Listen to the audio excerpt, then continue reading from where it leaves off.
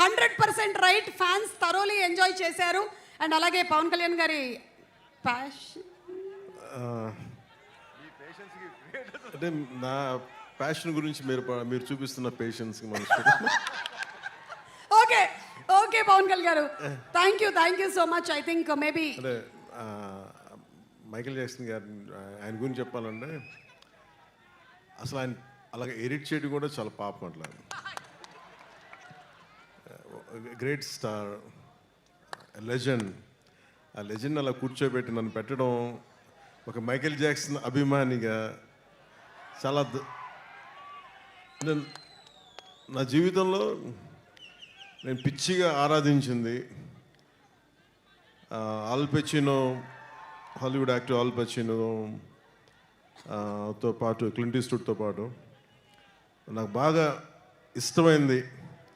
ఈ మాత్రం కూడా కొంచెం ఒళ్ళు కదిలింది అంటే దానికి inspiration Michael Jackson.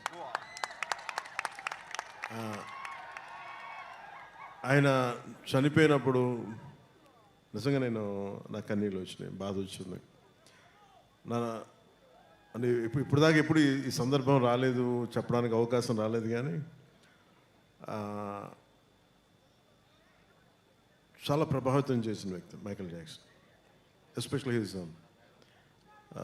His achievement.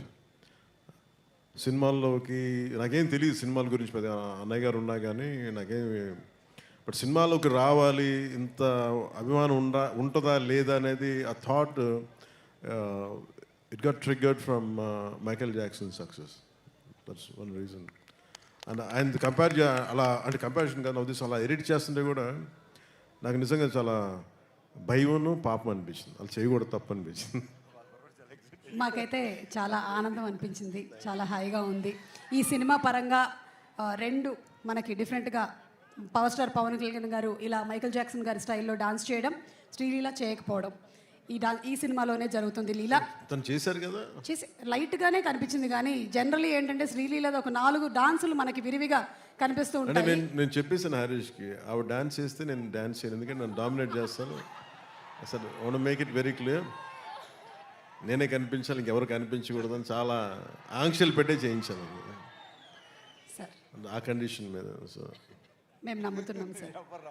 Thank you so much Pavan Kalyan గారు and Leela and Raashi. Requesting both of you all to please come on stage.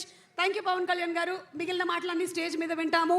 And let's have our very gorgeous talented beautiful actresses Sreeleela and Raashi on stage please.